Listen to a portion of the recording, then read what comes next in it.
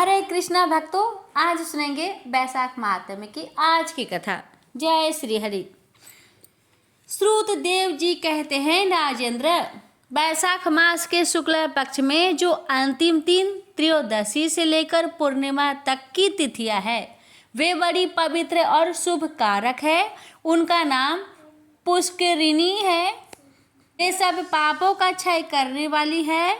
जो संपूर्ण वैशाख मास में स्नान करने में असमर्थ है वह यदि इन 3 तिथियों में स्नान करे तो वैशाख मास का पूरा फल पा लेता है।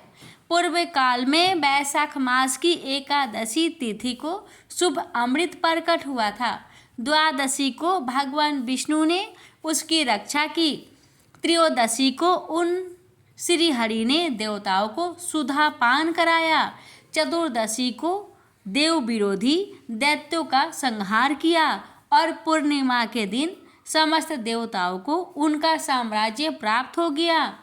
इसलिए देवताओं ने संतुष्ट होकर इन 3 तिथियों को वर दिया।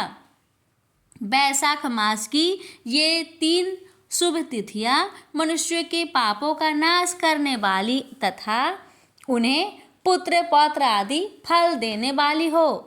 जो मनुष्य इस संपूर्ण मास में स्नान न कर सका हो वह इन तिथियों में स्नान कर लेने पर पूर्ण फलों को पाता है। बैसाख मास में लौकिक कामनाओं का नियमन करने पर मनुष्य निश्चय ही भगवान विष्णु का सायुज्य प्राप्त कर लेता है। महीने भर में नियम निभाने में असमर्थ मानव यदि उक्त 3 दिन भी कामनाओं का संयम कर सके तो उतने से ही पूर्ण फल को पाकर भगवान विष्णु के धाम में आनंद का अनुभव करता है।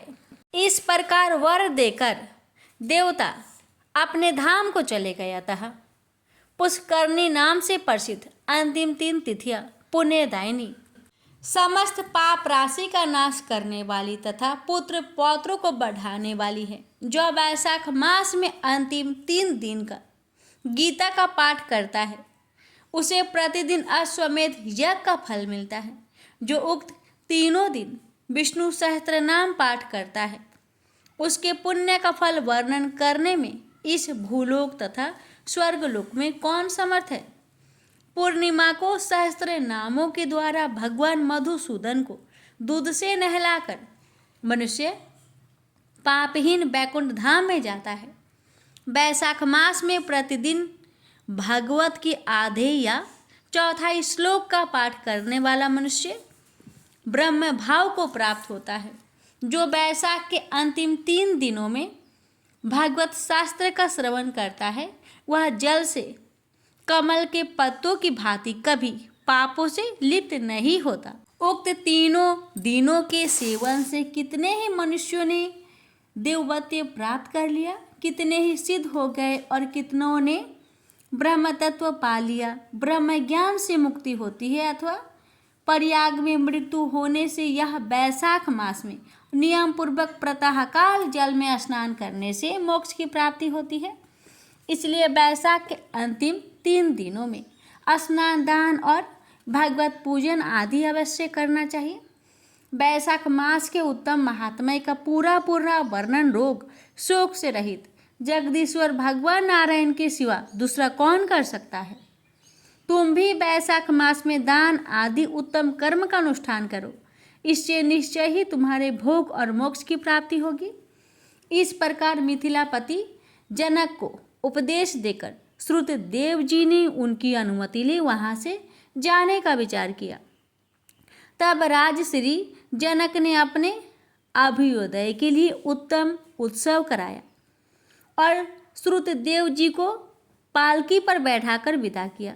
वस्त्राभूषण, गौ भूमि, तिल और स्वर्ण आदि से उनकी पूजा और वंदना करके राजा ने उनकी परिक्रमा की। तत्पश्चात उनसे विदा हो महातेजस्वी एवं परम यशस्वी श्रुत देव जी संतुष्ट हो प्रसन्नता पूर्वक वहां से अपने स्थान को गए। राजा ने बैसाख धर्म का पालन करके मोक्ष प्राप्त किया।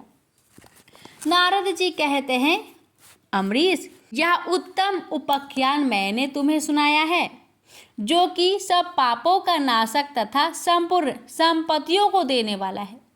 इससे मनुष्य भुक्ति, मुक्ति, ज्ञान एवं मोक्ष पाता है। नारद जी का यह वचन सुनकर महायशस्वी राजा अम्बरीश मन ही मन प्रसन्न हुए। उन्होंने ब्रह्म जगत के व्यापारों से निवृत्त होकर मुनि को साष्टांग प्रणाम किया और अपने संपूर्ण वैभव से उनकी पूजा की। तत्पश्चात उनसे विदा लेकर देवऋषि नारद जी दूसरे लोक में चले गए, क्योंकि दक्ष प्रजापति के श्राप से वे एक स्थान पर नहीं ठहर सकते। राजश्री अम्बरीश भी नारद जी के बताए हुए सब धर्मों का अनुष्ठान करके निर्गुण परम ब्रह्म परमात्मा में विलीन हो गए। जो इस पाप नाशक एवं पुण्यवर्धक उपाख्यान को सुनता अथवा पढ़ता है वह परम गति को प्राप्त होता है। जिनके घर में यह लिखी हुई पुस्तक रहती है उनके हाथ में मुक्ति आ जाती है। फिर जो सदा इसके श्रवण में मन लगाते हैं उनके लिए तो कहना ही क्या। प्रेम से बोलिए ओम नमो भगवते वासुदेवाय। भगवान विष्णु कथा सुनने वाले, कथा कहने वाले सभी भक्तों पर अपनी कृपा सदा सर्वदा बनाए रखे। यहीं पर वैशाख मास महात्म्य संपूर्ण हुआ। जय श्री हरि। हरे कृष्णा। ओम नमः शिवाय।